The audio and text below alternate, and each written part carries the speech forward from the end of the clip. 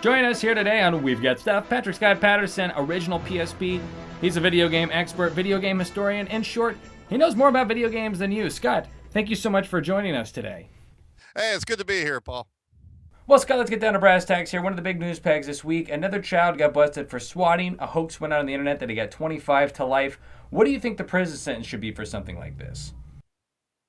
Well, I think there needs to be some sort of punishment, certainly. I mean, you got to figure, first of all, you're taking emergency personnel away from what might actually be an emergency. And I mean, back when I was a kid, I mean, you're either in an arcade or you're crowded around somebody's Atari or Nintendo in their living room. I mean, the worst we did back then was order a bunch of pizzas to somebody else's house and laugh about it. So, I think we live now in an age where you've got YouTube and Twitch and people want a chance to go viral and to be internet famous for whatever reasons.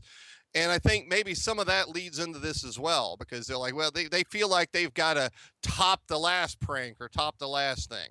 Scott, a lot of criticism usually comes from the Madden franchise. It's annual, like Call of Duty. A lot of haters come after it. What are one of the newer features we've seen this year from Madden 15 we didn't see last year? And do you believe that criticism is fair against Madden just because it's an annual franchise?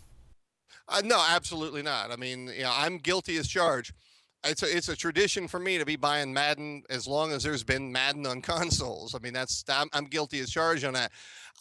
With Call of Duty, I understand that criticism a little bit more. Although, like you said, it doesn't necessarily mean that something isn't a quality game. And the thing with Madden is, you're talking football here. You're talking about a game that's pretty much the same game.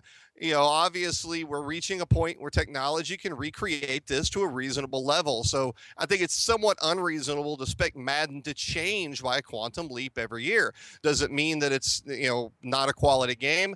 Absolutely not. Got one question for you. What do you make of this share play stuff? It's the new feature, the new update coming out on the PS4 2.0 this fall. It's going to allow you to play video games with your friends for free for up to an hour. For instance, if your friend owns Watch Dogs, you can play with them for free. Do you look at this as something that could substantially hurt the Xbox One? Well, it's kind of hard to tell long term, because the beautiful thing about consoles today is that they can do updates like that, and they can add features and they can upgrade things. And I'm sure Xbox has already got a few things we haven't seen yet. And I think some people maybe are a little too eager for an Xbox One killer. Obviously, the word killer's thrown around a lot of the stuff at the time, but in essence, though, Xbox, a lot of people are getting the sense that Xbox One continues to drop the ball. Meanwhile, the PS4 continues to give high fives and hand slaps to gamers. When is the Xbox One going to make a move that people are like, oh yes, this is cool, a free game, instead of just going with console exclusives? Well, they're kind of in a state of disarray. They were obviously not planning for the diehard gamer, loyal gamer reaction to the Xbox One announcements and press conferences and all that last year. And of course, they've had some, organizational changes and shifts. And so they're kind of trying to get back on the road, center themselves out, and get ready to go back onto a path here. So, there's going to be some stumbling and bumbling right now. But again, we're talking about a console cycle that isn't even a year in yet. So, I mean, it's so early. The last console cycle, we're a year in, and what ended up at the finish line didn't resemble anything close to how it started out. Finally, coming out next week is going to be Destiny, Bungie and Activision's big title. What do you expect from that? This is a game that cost $500 million to make, of course, so a lot of that was in the marketing cost. What do you expect from this game's launch? Well, I mean, we've got to have a more immersive experience. I mean, obviously, Call of Duty makes money, I think, due in large part to the fact that you can be a casual Call of Duty player. Obviously, to sell that many units, they have to be appealing to a casual audience. And that's where maybe something like a Battlefield doesn't sell as well, because it's a little more detailed. We live in a society now of marketing. We live in a society now where to get consumers to get new product, you've got to shove it down their throat and make sure it's there. And that's a big part of the budget.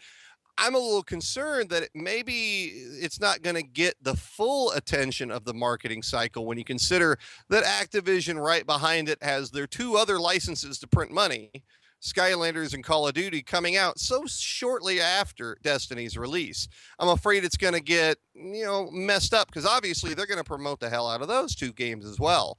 And I'm hoping that doesn't happen because I think Destiny has a chance to be that fresh yet still familiar enough game title that comes out on consoles that everyone's been clamoring for a long time.